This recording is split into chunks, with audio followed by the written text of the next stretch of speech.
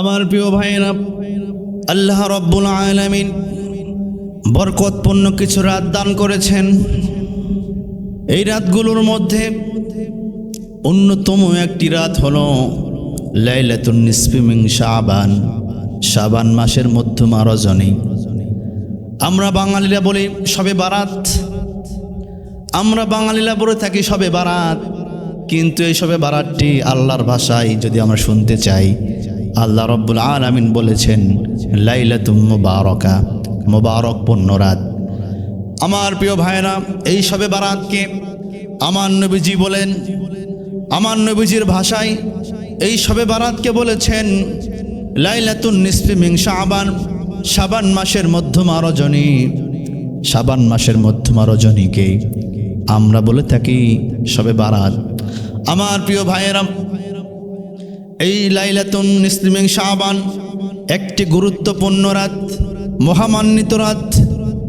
এই রাত যখন শুরু হয়ে যায়, নবী করিম সাল্লাল্লাহু আলাইহি ওয়াসাল্লাম বলেন, আল্লাহ রাব্বুল আলামিন প্রথম আসমানে চলে আসে। আল্লাহ পাক তার আরশে আজিম ছেড়ে দিয়ে প্রথম আসমানে চলে আসে। দুনিয়ার প্রথম আসমানে আল্লাহ রাব্বুল আলামিন চলে আসে, এসে বান্দাদেরকে ডাকে, ওহে বান্দারা, ও বান্দারা, তোমরা কেউ অসুস্থ আছে আমার কাছে চাও, আমি তোমাদেরকে সুস্থতা দান করব।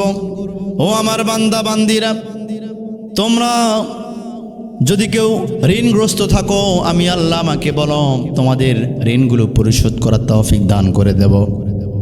আল্লাহ রাব্বুল আলামিন আরো বলতে থাকেন, এ আমার বান্দা বান্দিরা, তোমরা যদি কেউ অভাবগ্রস্ত থাকো, আমি আল্লাহ আমাকে বলো, আমি আল্লাহ সংশোধন করে দেব। আমার প্রিয় ভাইয়েরা, সুতরাং আমাদের সামনে শবে বারাতের রাত আগমন হচ্ছে। এই শবে বারাতের রাতে নবী করিম সাল্লাল্লাহু আলাইহি ওয়াসাল্লাম বলেন, বিভিন্ন মুহাদ্দিসিন কিরাম তারা বলেন, শবে বারাতের রাতে আল কোরআন আল কারীম তেলাওয়াত করা এটা ভালো কাজ। দ্বিতীয় নম্বর হলো আল্লাহর জিকির করা। তৃতীয় নম্বর হলো নফল নামাজ আদায় করা, নবীর প্রতি দুরূদ শরীফ পড়া, এগুলো হলো ভালো কাজ। আমার প্রিয় ভাইয়েরা, নবী করিম সাল্লাল্লাহু আলাইহি ওয়াসাল্লামের প্রতি দুরূদ এবং সালাম পেশ করা এবং রাত জেগে জেগে নফল ইবাদত করা, নফল নামাজ আদায় করা, আর আল্লাহ রাব্বুল আলামিনের কাছে প্রার্থনা করা, দোয়া করা। আমার প্রিয় ভাইয়েরা, যেহেতু আমাদের সামনে শবে বারাত বা লাইলাতুন নিসফি মিন শাবানের রাত আগমন হচ্ছে, তো সুতরাং আমরা তো দোয়া করি আল্লাহ রাব্বুল আলামিনের কাছে। তো আজকে একটা বিষয় বলি, এটা মনে রাখবেন সবাই ইনশাআল্লাহ। বিষয়টা হচ্ছে যে আপনাদের যেটা সমস্যা আছে, এই সমস্যাগুলোকে আপনারা লিস্ট করবেন। যেমন আমরা বাজারের ভাউচার করি, বাজার করার জন্য, বিয়ের অনুষ্ঠান বাজার করার জন্য বা বাড়ির বাজার করার জন্য লিস্ট করি।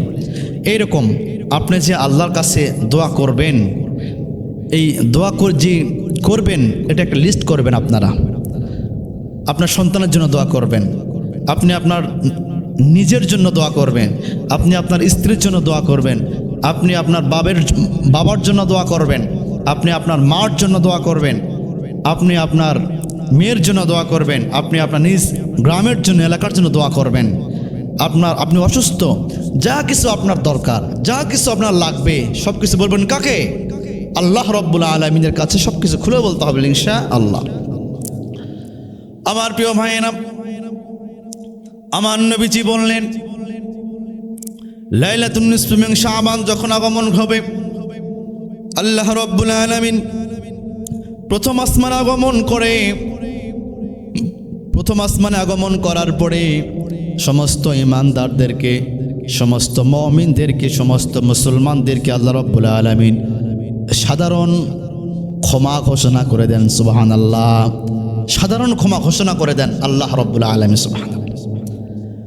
কিন্তু আমার নবীজি বললেন আল্লাহ রাব্বুল আলামিন সমস্ত মুমিন মুমিনাতকে সাধারণ ক্ষমা ঘোষণা করেন, কিন্তু কয়েকজন ব্যক্তিকে আল্লাহ রাব্বুল আলামিন ক্ষমা করে দেন না। সাধারণ ক্ষমা তো দূরের কথা, ক্ষমা করবেন না। শবে বারাতের রাতে সবে কদরের রাতে, সবে মেরাজের রাতে যদি কোনো ব্যক্তি সারা রাত ধরে ইবাদত করে, তওবা করে, ইস্তেগফার করে, রাত জাগরণ করে, কিন্তু 6টি জিনিস যার মধ্যে থাকবে, ওই ব্যক্তিকে আল্লাহ পাক ক্ষমা করবেন না। আমার প্রিয় ভাইয়েরা, এর মধ্যে 1 নাম্বার হলো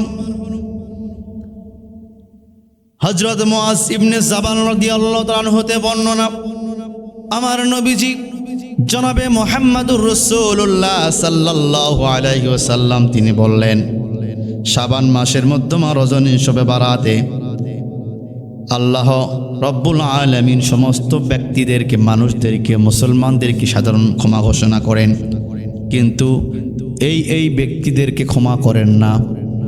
1 নম্বর হলো যে ব্যক্তি মুশরিক, যে ব্যক্তি শিরক করে, কার সঙ্গে?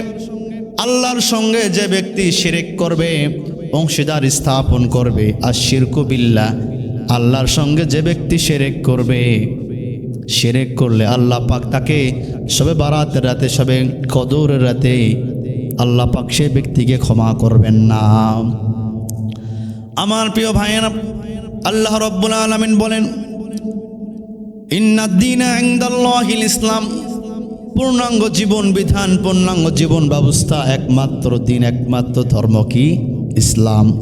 আল্লাহ পাক অন্য আয়াতের মধ্যে বলেন, ওয়া মান ইয়াবতাগি গায়রাল ইসলামি দীনান ফালান ইউকবালা মিন, যে ব্যক্তি ইসলামকে বাদ দিয়ে, কোরআনকে বাদ দিয়ে, নবীজির আদর্শকে বাদ দিয়ে অন্য কিছু যদি কেউ অনুসরণ করে, অন্য কিছু মেনে নেয়, এটা আল্লাহ রব্বুল আলামিন গ্রহণ করবেন না। আমার প্রিয় ভাইরা, তাহলে শিরকের মধ্যে এটাও পড়ে যায়, আপনি ইসলামকে বাদ দিলেন, আল্লাহর বিধিবিধানকে বাদ দিলেন, মানব রচিত, মানুষের মানুষ যেগুলোকে বানিয়েছে এগুলো যদি আপনি মেনে নেন, আর কোরআনকে যদি বাদ দেন, কোরআনকে যদি এভাউট করেন, এটাও কিন্তু শিরকের মধ্যে পড়ে যাবে। আমার প্রিয় ভাইয়েরা, সুতরাং কোরআনকে মেনে নিতে হবে, নবীজির সুন্নাহকে মেনে নিতে হবে, নবীজির আদর্শকে মেনে নিতে হবে। আমার প্রিয় ভাইয়েরা, তাহলে শিরকুল আসগর বা শিরক আকবরের মধ্যে তাহলে আপনি বেঁচে গেলেন। প্রিয় ভাইয়েরা, শিরক করা যাবে না। আমার প্রিয় ভাইয়েরা, আল্লাহ রাসূলের আদর্শকে ছোট করে অন্য কারো আদর্শ যদি আপনার কাছে বড় মনে হয়, এটাও করা যাবে না।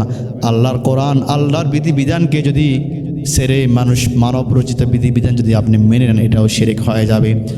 আমার প্রিয় ভাইয়েরা, প্রতিটা জায়গায় ইসলামের বিধিবিধানগুলোকে ছোট করে মানব রচিত, মানব সৃষ্টি বিধিবিধানগুলোকে যদি আপনি বড় করে দেখেন, তাহলে এটা শিরকের মধ্যে পড়ে যাবে। আমার প্রিয় ভাইয়েরা, এক কথায় শিরক করা যাবে না। শিরক ওয়ালা ব্যক্তিদেরকে আল্লাহ পাক ক্ষমা করবেন না। 2 নম্বর হলো মুশাহিন, বিদ্বেষ পোষণকারী, মুশাহিন, বিদ্বেষ পোষণকারী। আমার প্রিয় ভাইয়েরা, যে ব্যক্তি হিংসা করে মানুষকে দেখে, যে ব্যক্তি মানুষের সঙ্গে হিংসা করে, অমুকের ছেলে বড় কিছু করলো, অমুকের ছেলে ভালো পর্যায়ে চলে গেল, অমুক ব্যক্তি মাসে বেশি বেশি টাকা ইনকাম করে, তার বড় ভাইয়ের বেশি বেশি ইনকাম হচ্ছে, বড় ভাই বেশি জমি কিনে জায়গা কিনতে ছোট ভাই পারছে না, বা ছোট ভাই বেশি সংসারে, তার পরিবার ব্যবসায় উন্নতি হচ্ছে, বড় ভাই সহ্য হয় না। আমার প্রিয় ভাইয়েরা, মানুষের সঙ্গে হিংসা করা, এই হিংসা করা যাবে না। সবাই মিলে মিশে থাকতে হবে। আমার প্রিয় ভাইয়েরা, যদি কোনো ব্যক্তি হিংসা থেকে ফিরে না আসে, যদি কোনো ব্যক্তি হিংসা থেকে ফিরে না আসে, আল্লাহ পাক সেই ব্যক্তিকে ক্ষমা করবেন না শবে বারাতের রাতে। এই হিংসা করা যাবে না, হিংসা থেকে আমাদেরকে বেঁচে থাকতে হবে। প্রিয় ভাইয়েরা, বর্তমান সময়ে হিংসার শেষ নাই। ডাক্তার হিংসা, মৌলানা হিংসা, ইমাম হিংসা, বক্তা হিংসা, আছে না নাই? প্রিয় হাজিরিন, অনেক হিংসা আছে। হিংসা করা যাবে না। যে ব্যক্তি হিংসা করবে, আল্লাহ রাব্বুল আলামিন সেই ব্যক্তিকে শবে বারাতের রাতে, শবে কদরের রাতে, এগুলোতেও সেই ব্যক্তিকে আল্লাহ পাক ক্ষমা করবেন না। আমার প্রিয় ভাইয়েরা, এই হাদিসটি বর্ণনা হয়েছে সহিহ ইবনে হিব্বান কিতাবের মধ্যে, হাদিসটি বর্ণনা হয়েছে। আমার প্রিয় ভাইয়েরা, এরপরে 3 নম্বর হলো আমার নবীজি জনাবে মুহাম্মদুর রাসূলুল্লাহ সাল্লাল্লাহু আলাইহি ওয়াসাল্লাম তিনি বললেন, এই বিষয়টা, এই খারাপ গুণটা, বদ আমলটা যার মধ্যে থাকবে, তওবা করে ফিরে আসবে না, আল্লাহ পাক সেই ব্যক্তিকে ক্ষমা করবেন না শবে বারাতে। আল্লাহ পাক সেই ব্যক্তিকে শবে কদরে ক্ষমা করবেন না। আমার প্রিয় ভাইরা, এই হাদিসটি মুসনাদে আহমদের মধ্যে কোট হয়েছে। আমার নবীজি জনাবে মুহাম্মদ রাসূলুল্লাহ সাল্লাল্লাহু আলাইহি ওয়াসাল্লাম বলেন, যে ব্যক্তি আত্মীয়তা ছিন্ন করে, যে ব্যক্তি আত্মীয়তা বন্ধনকে ছিন্ন করে, আত্মীয়তার মধ্যে ফাটল সৃষ্টি করে, আত্মীয়তা বন্ধ করে ফেলে, আল্লাহ পাক ওই ব্যক্তিদেরকে ক্ষমা করবেন না। আমার প্রিয় ভাইরা, বর্তমান সন্তানগুলো বাবা মার সঙ্গে সম্পর্ক খারাপ। বর্তমান দেখা যায় ভাই ভাইয়ের মধ্যে দ্বন্দ্ব, সম্পর্ক বিচ্ছেদ হয়, বোনে বোনের মধ্যে দ্বন্দ্ব, ভাই বোনের মধ্যে ঝগড়া হয়ে দ্বন্দ্ব হয়েছে, কথা বলেন, আত্মীয়তা ছিন্ন হয়ে যায়। আমার প্রিয় ভাইয়েরা, সুতরাং আত্মীয়তা ছিন্ন করা যাবে না। ক্বালান নাবিয়্যু সাল্লাল্লাহু আলাইহি সাল্লাম লা ইয়াদখুলুল জান্নাতা কাতি'। ক্বালান নাবিয়্যু সাল্লাল্লাহু আলাইহি ওয়াসাল্লাম লা ইয়াদখুলুল জান্নাতা কাত্তাত। আমার নবীজি বললেন, কোনো চকলখোর বেহেশতে প্রবেশ করবে না। আমার নবীজি আবারও বললেন, কোনো আত্মীয়তা ছিন্নকারী বেহেশতে প্রবেশ করবে না।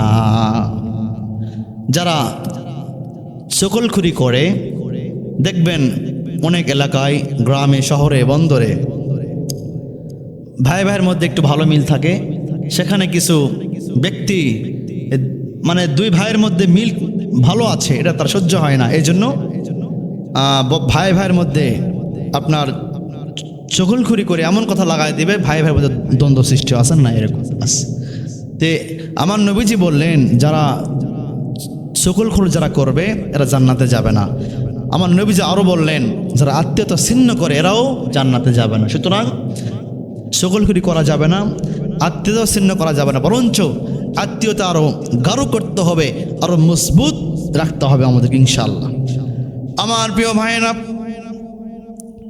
আমার নবীজি এরপরে বললেন, 4 নাম্বার, এই বদ আমলটা যার মধ্যে থাকবে, আল্লাহ রব্বুল আলামিন সে ব্যক্তিকে শবে বারাতের রাতে ক্ষমা করবেন না। বদ আমলটি হলো, যে ব্যক্তি অহংকার করে চলে, যে ব্যক্তি অহংকার করে, জায়গা নিয়ে, জমি নিয়ে, অর্থ নিয়ে, সম্পদ নিয়ে, ব্যবসা নিয়ে, সন্তান নিয়ে, পরিবার নিয়ে যে ব্যক্তি অহংকার করে, আল্লাহ পাক সেই ব্যক্তিকে ক্ষমা করবেন না। আমার নবীজি বললেন, অহংকার করার মালিক একমাত্রকে আল্লাহ তাআলা। অহংকার হলো আল্লাহর গায়ের চাদর স্বরূপ। আল্লাহ রাব্বুল আলামিন বলছেন, আল্লাহু গনিয়্যুন ওয়া আনতুমুল ফুকারা। আল্লাহ রাব্বুল আলামিন তিনি ধনী, আর পৃথিবীর সমস্ত কিছু, সমস্ত মানুষ তারা ফকির, তারা গরিব। সুতরাং আপনার হয়তোবা 10 বিঘা, 20 বিঘা, 50, 100 বিঘা জমি আছে, আপনার হয়তোবা ঢাকায়, বরিশাল, রাজশাহী, রংপুরে, আপনার হয়তোবা বালাখানা বিল্ডিং বাড়ি আছে, হয়তোবা আপনার লক্ষ লক্ষ টাকা ব্যাংক ব্যালেন্স আছে। এরপরে অহংকার করা যাবে না। আমার প্রিয় ভাইরা, অহংকার করা যাবে না, অহংকার করা হারাম। আর যে ব্যক্তির মধ্যে অহংকার থাকবে, আল্লাহ রব্বুল আলামিন শবে বারাতের রাতে সেই ব্যক্তিকে ক্ষমা করবেন না। আমার প্রিয় ভাইরা, এই হাদিসটি বাইহাকি শরীফের মধ্যে কোড হয়েছে। অহংকারকে আল্লাহ পাক ক্ষমা করবেন না, অহংকারকে বাদ দিতে হবে, আজকেই তওবা করতে হবে, আর অহংকার করা যাবে না, আর অহংকার করা যাবে না, আজকেই তওবা করতে হবে, আর হিংসা করা যাবে না, আজকেই তওবা করতে হবে, আর আত্মীয়তা ছিন্ন করা যাবে না, আজকেই তওবা করতে হবে, আর বিদ্বেষ পোষণকার বিদ্বেষ করা যাবে না। আমার প্রিয় ভাইরা, 5 নাম্বার হলো, আমার নবীজি জনাবে মুহাম্মদ রাসূলুল্লাহ সাল্লাল্লাহু আলাইহি ওয়াসাল্লাম বলেন, এই হাদিসটি ইবনে মাজাহ শরীফে কোড হয়েছে। আমার নবীজি বললেন, যারা মদ্যপান করে, যারা মদ পান করে, এই ব্যক্তিদেরকে আল্লাহ রব্বুল আলামিন ক্ষমা করবেন না। আমার নবীজি বললেন, মুহাদ্দিসিন ইকরামরা তারা বলেন, যে নিয়মিত মদ্যপান করে কিন্তু তওবা করে না, যে নিয়মিত মদ খায়, মদ পান করে কিন্তু তওবা করে না, আল্লাহ পাক সেই ব্যক্তিকে লাইলাতুন নিসফি মিন শাবান, শবে বারাতের রাতে আল্লাহ পাক তাকে ক্ষমা করবেন না। আমার প্রিয় ভাইয়েরা, যে ব্যক্তি তওবা করে আল্লাহ পাক সেই ব্যক্তির উপর খুশি হয়ে যান। যে ব্যক্তি তওবা করে না আল্লাহ পাক সেই ব্যক্তির প্রতি রাগান্বিত হয়ে যায়। আমার প্রিয় ভাইয়েরা, আমার নবীজি বললেন, এ আমার সাহাবারা শোনো, আল্লাহ রাব্বুল আলামিন কোনো বান্দার উপরে খুশি হয়ে যায়, আবার অনেক বান্দার প্রতি রাগান্বিত হয়ে যায়। সাহাবা একরামরা বললেন, ইয়া রাসূলুল্লাহ, ইয়া হাবিবাল্লাহ, এটা কিভাবে সম্ভব, আমরা একটু জানতে চাই। আমার নবীজি বললেন, যে ব্যক্তি গুনাহ করে, গুনাহ করার পরে অনুশোচনা করে, ইস্তেগফার করে, তওবা করে, আল্লাহ রাব্বুল আলামিন খুশি হয় সেই ব্যক্তির গুনাহগুলিকে মিটায়া দেয়, মাফ করে দেয়।